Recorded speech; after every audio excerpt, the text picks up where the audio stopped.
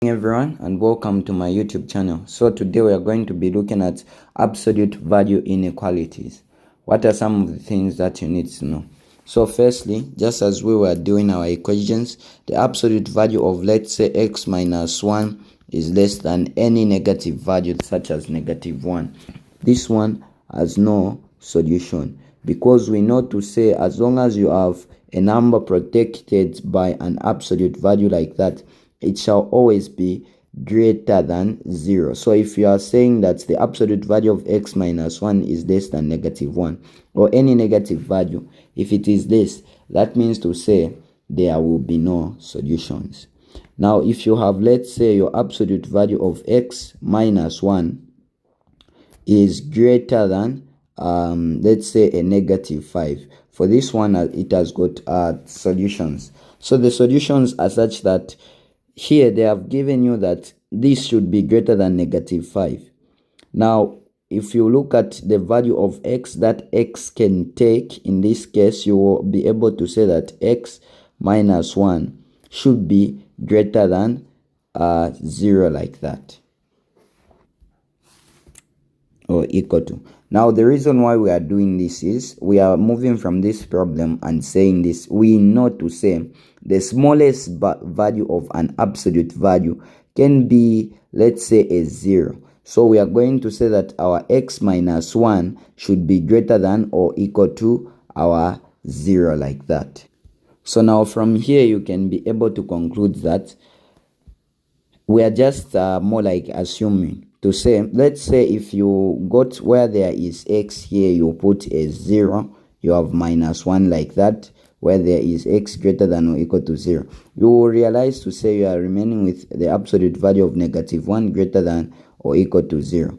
Now the absolute value of 1 is greater than or equal to 0. So in other words, even if the inequality itself gave you 0, like for example where we have our x minus 1 like that, then we have should be greater than our negative 5. Even if your inequality gave you a 0, let's say when x is equal to 1, then we are going to have something like our 1 minus 1 is greater than 0, which is true. 1 minus 1 is the absolute of 0, should be greater than, we are just comparing with the negative 5 here. We have a negative 5. The absolute value of 0 is greater than negative 5. So what this tells you is that for any value that you are going to use for x, it shall always be greater than any negative value this side. If you want, you can use a negative 10 here.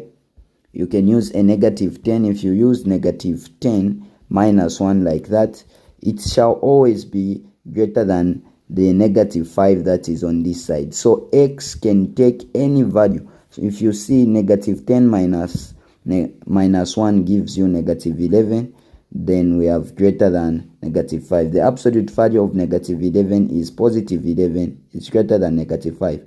In other words, for the x value, if the inequality is looking like x minus 1 or any number x minus 5 or that, as long as it is greater than the value that is this side, you shall say that the solution is that all real numbers. So all real numbers. Now all the real numbers includes what we can call the negative infinity and the positive infinity. So this is the solution for that problem. So let's say we have this problem, our 2x plus 1 is less than 5.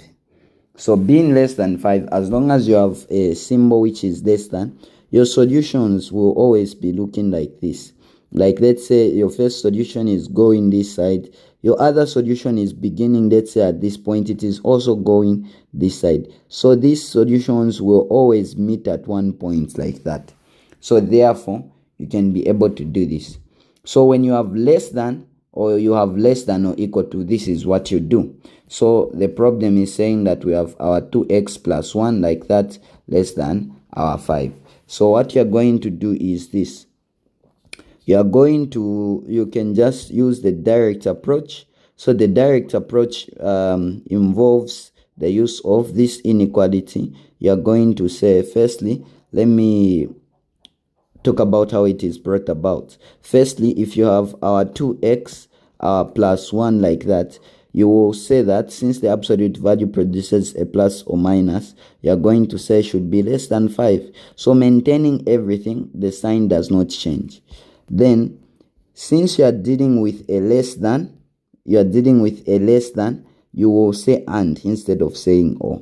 Then you are going to have something like our 2x plus 1. Now, if you want to change to negative 5, the sign will face the other direction like that. Then you are going to have a negative 5 like that. So with that done, what we are going to do is, as you can see, this one can be written like this, a negative 5 like that, less than, we have just changed the position. If negative 5 is here, the sign will face that direction, 2x plus 1. So if we have this, we can now be able to combine them. So as we can see, if we have negative 5 less than 2x, we can write it here, negative 5 less than our 2x plus 1 like that. But also 2x plus 1, here it's saying that it is less than 5, so we can say less than 5 like that. So this is the one of the easiest approaches that you can be using. So we are going to have our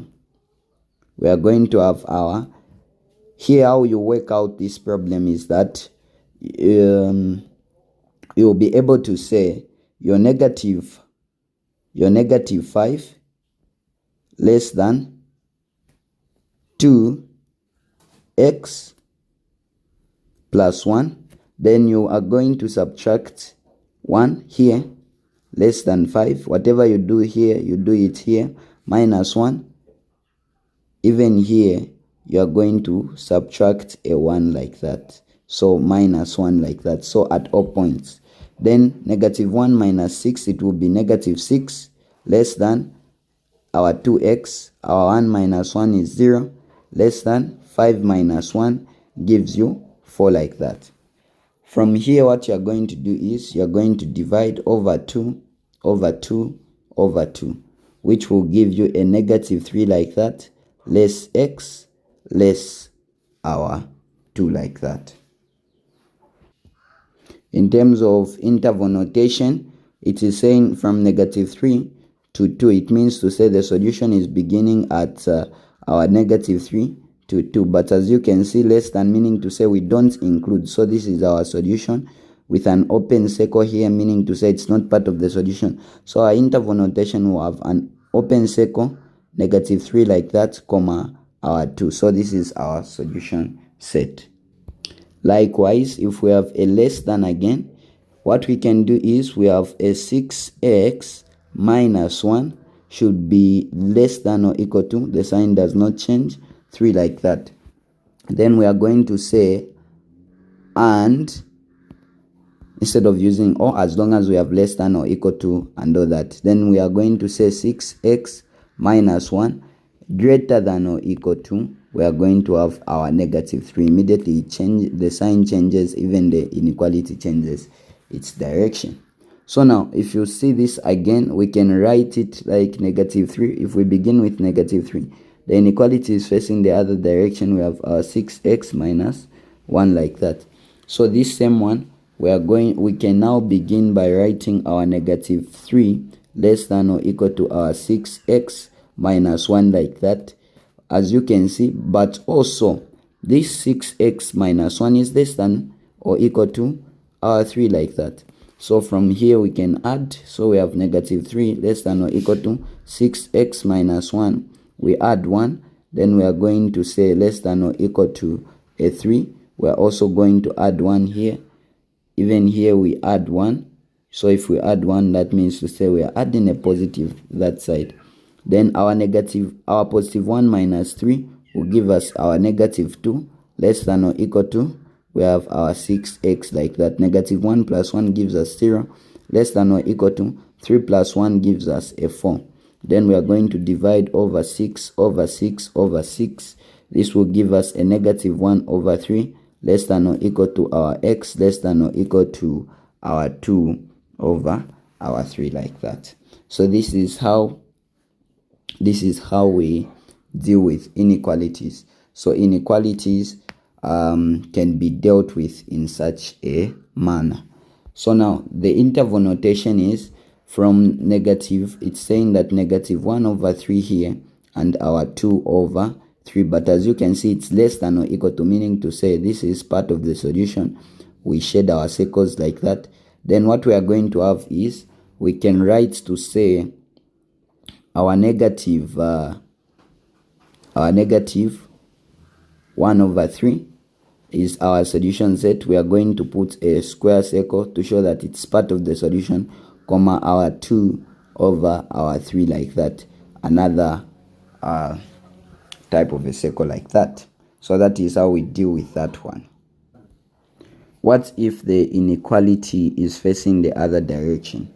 So like for example, if we have, let's say our x plus our 3 like that is greater than our 7. So as long as the inequality is facing this direction, you cannot split your equation in that way where we were doing something like this. No, you can't. So if the inequality is facing this direction, what you are going to do is this. So you are going to say we are maintaining the same principle. X plus 3 is, without changing the sign, everything remains less than 7, like that.